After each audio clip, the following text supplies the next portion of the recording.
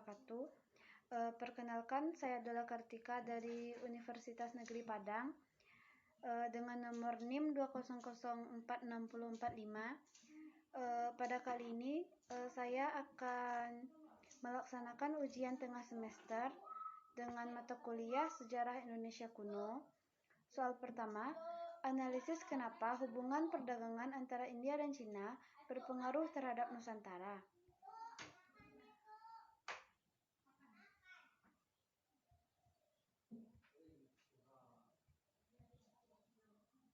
Hubungan dagang Indonesia dengan India dan Cina. Dalam abad ke-7 di zaman dinasti Tang, agama Buddha telah menjadi agama resmi di India dan Cina. Dan orang-orang India dan Cina ini orang-orang India telah bertolak dari pelabuhan India Selatan dan berlayar menuju Sumatera dan Pulau Jawa. Jadi sudah ada kontak atau sudah ada hubungan antara Indonesia dengan India, baik dalam bidang perdagangan maupun penyebaran agama Hindu-Buddha. Sementara hubungan antara India dan Cina ini berkembang pesat. Dari Cina, India memperoleh sutra dan contoh bahan komoditi lainnya, sedangkan India banyak mengekspor barang, contohnya yaitu barang dari gading, tenunan halus, dan ukiran. Hubungan ini pada mulanya berlangsung melalui jalan darat, tapi karena keadaan daerah pedalaman yang tidak aman, maka hubungan perdagangan antar dua negara tersebut dilakukan melalui jalur laut. Disinilah Indonesia berperan. Hubungan dagang antara India dan Cina ini dilakukan melewati Selat Malaka, yaitu jalan terdekat antara India dan Cina ya.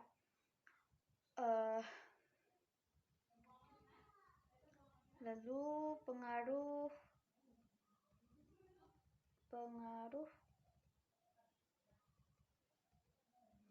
akan saya tambahkan lagi materi mengenai hubungan dagang Indonesia dengan India.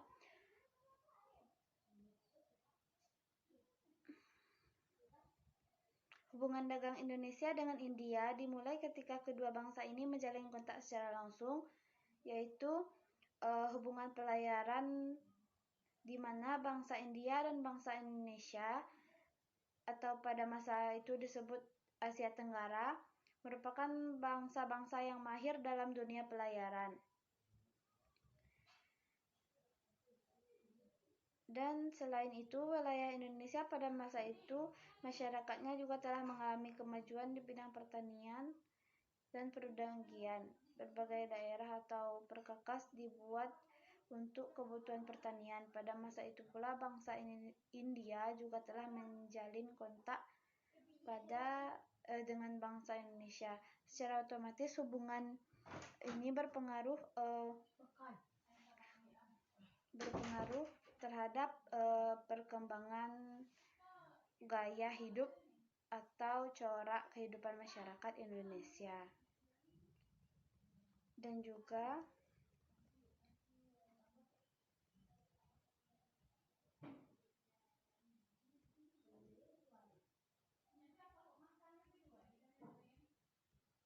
masih banyak sebenarnya proses masuknya budaya-budaya India Cina ke Indonesia dan pengaruhnya, baik di bidang ekonomi, perdagangan, agama, dan pendidikan, serta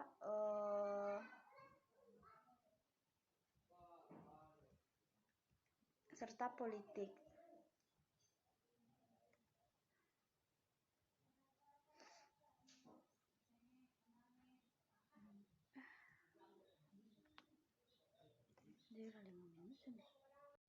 Jika saudara menjadi Siddhartha Gautama, seorang putra mahkota kerajaan Magadha, apa yang akan saudara lakukan saat melihat rakyat berada dalam kemiskinan?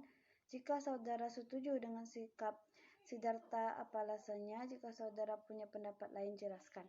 Baiklah, setelah saya membaca kisah agama Buddha dalam buku Sejarah Indonesia Kuno, jika saya menjadi Siddhartha Gautama, yaitu seorang putra mahkota, maka saya akan setuju dengan pilihan hidup Siddhartha Gautama menjadi petapa.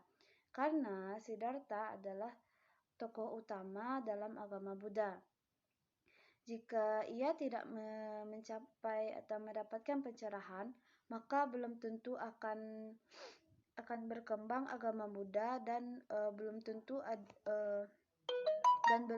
juga ada agama Buddha tersebut. Karena ajaran dan praktik agama Buddha berdasarkan ajaran Siddhartha Gautama. Jika kita lihat dari sisi lain, misalkan Siddhartha menjadi raja dan dia melihat kesengsaraan yang dialami rakyatnya, bisa kita pahami di sini konteks kesengsaraan dari rakyatnya adalah usia tua, masa sakit, kematian, dan penderitaan.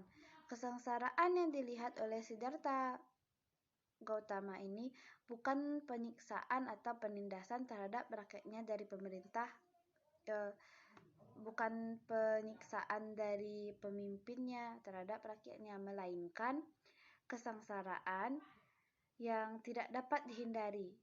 Jadi sebenarnya kesengsaraan dalam konteks ini sudah takdir. Contohnya kan usia tua tidak bisa kita hindari, dan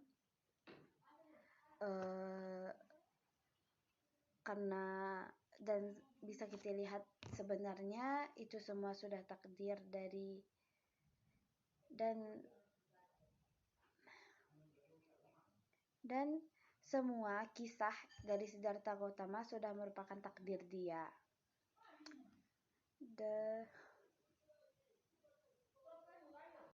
Baiklah, saya akan menjawab pertanyaan nomor 4, yaitu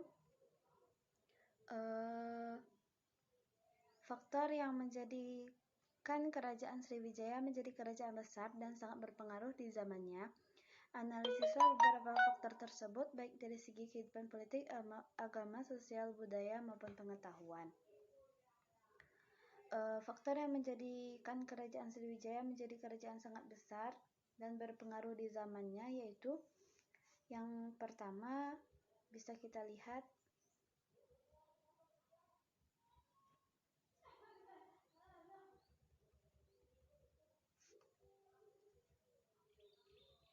pada masa kejayaannya, kerajaan Sriwijaya dipimpin oleh Raja Balaputra Dewa. Olehnya, kerajaan Sriwijaya tumbuh dan berkembang menjadi kerajaan maritim yang kuat karena didasarkan atas faktor internal maupun eksternal. Contoh faktor internalnya yaitu letak ibu kota yang dekat Sungai Musi dan jalur perdagangan dunia. Kota Palembang merupakan bekas ibu kota dari kerajaan Sriwijaya.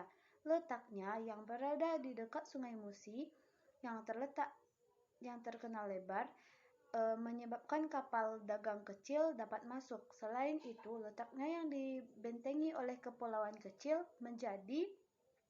menjadikan pelabuhannya menjadi tempat yang aman dan baik untuk melakukan perdagangan. Pelabuhan yang dimiliki Sriwijaya pernah menjadi jalur perdagangan dunia pada masanya.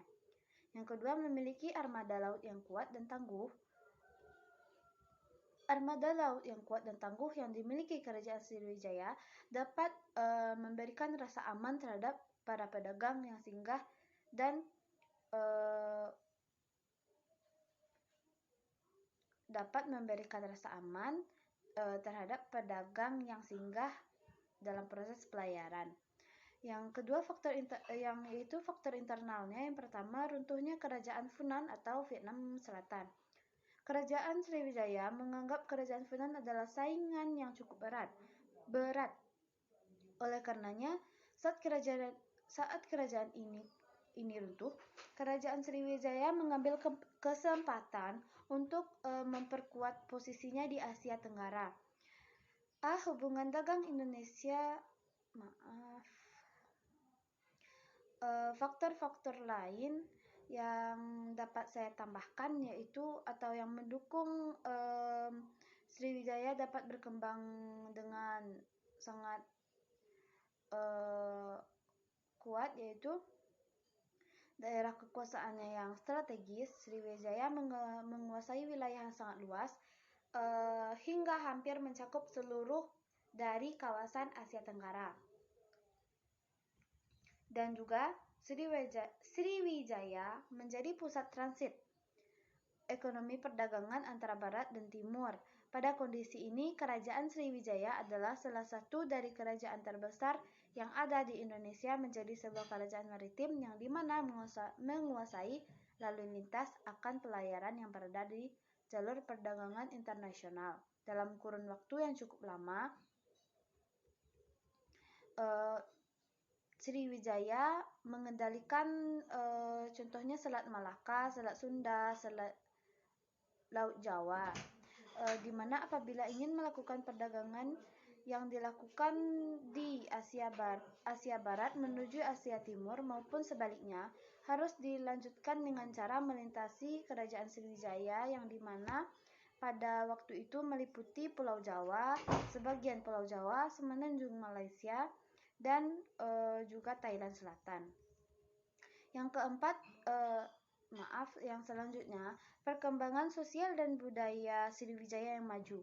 Kerajaan Sriwijaya yang dimana merupakan sebuah kerajaan Buddha dengan aliran Buddha Mahayana adalah sebuah pusat dari agama Buddha pada waktu itu. Kerajaan Sriwijaya yang banyak di Kerajaan Sriwijaya banyak dilakukan pendirian biara dan juga mendirikan perguruan tinggi yang dimana mengajari ilmu dan juga kebudayaan Buddha. Selain itu, biksu yang berasal dari Sriwijaya dikirim menuju daerah India. Sekian dari saya. Wassalamualaikum warahmatullahi wabarakatuh.